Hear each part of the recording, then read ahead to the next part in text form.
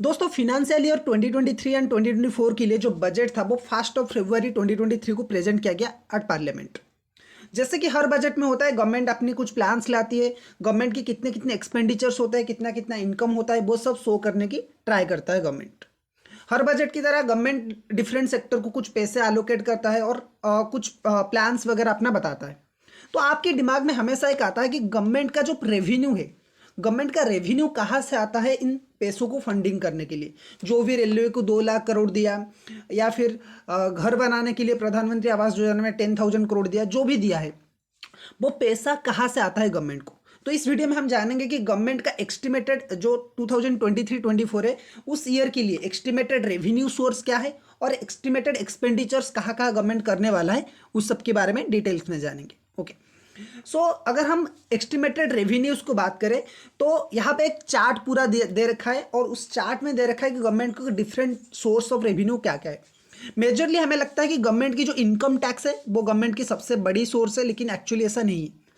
अगर हम 100 रुपीज़ ले, गवर्नमेंट को 100 रुपीज़ चाहिए और 100 रुपीज़ का सोर्स है, तो उसमें से 34% पैसा मतलब 34 रुपीज़ कहाँ से आता है, बोरोइंग्स एंड अदर लाइबिलिटी से।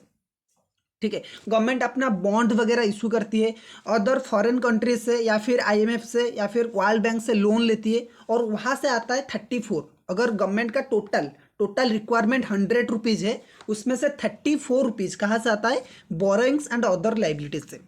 लाइबिलिटीज में गवर्नमेंट बॉन्ड हो गया, गवर्नमेंट और भी लोन्स वगैरह ला सकता है और बाकी सारे बहुत सारी चीज़ें। ठीक है, उसके बाद जो मेजर सोर्स ऑफ रेवेन्यू है वो क्या है, जीएसटी। जीएसटी एक बहुत बड़ा है। आपको लगता होगा कि इनकम टैक्स में तो ज़्यादा टैक्स आता है, नहीं, एक्चुअली नहीं है। जीएसटी हर एक इंसान के ऊपर लगता है, जिसकी इनकम कम हो, ज़्यादा हो, कुछ भी हो। आप इनकम टैक्स भले ही नहीं देते हो, लेकिन आपको जीएसटी देना पड़ेगा जब आप चीज़ें खरीदते हो।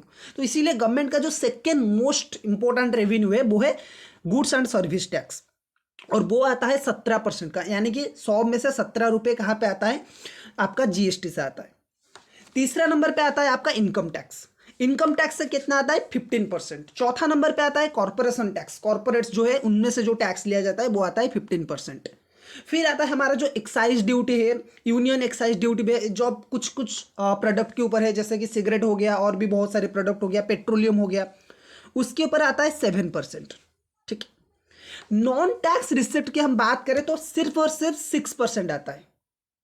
ठीक है, सिर्फ और सिर्फ 6% आता है नॉन टैक्स रिसिप्ट, यानी कि गवर्नमेंट की जो बिजनेस है वहां से जो रेवेन्यू आता है, गवर्नमेंट की और भी जो जो इनकम के सोर्स है, स्पेशली गवर्नमेंट्स की जो बिजनेसेस वगैरह है, उसमें से जो प्रॉफिट वगैरह आता है वो होता है 6% ओनली। ओके, फिर आता है 4% कहाँ से आता है, कस्टम्स, जो इम्पोर्ट एक्सपोर्ट होता है, इम्पोर्ट ड्यूटी वगैरह जो गवर्नमेंट चार्ज करती है, उसमें से आता है ओनली 4%।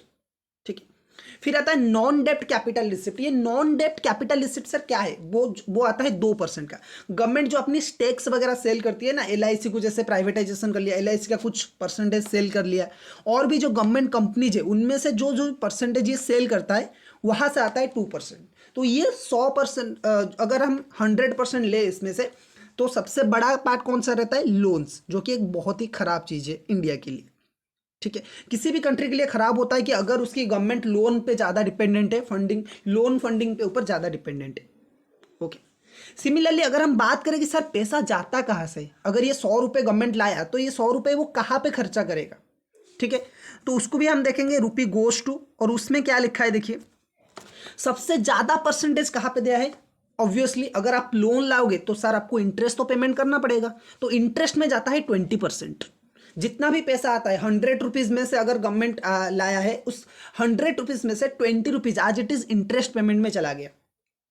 ठीक है, फिर 9% आता है सेंट्रल स्पॉन्सर स्कीम के ऊपर। ठीक है, सेंट्रल ने जो जो भी प्रधानमंत्री आवास योजना और भी जो जो एलपीजी गैस जो उसके लिए जो स्कीम है, बाकी सब स्कीम में जाता है 9%।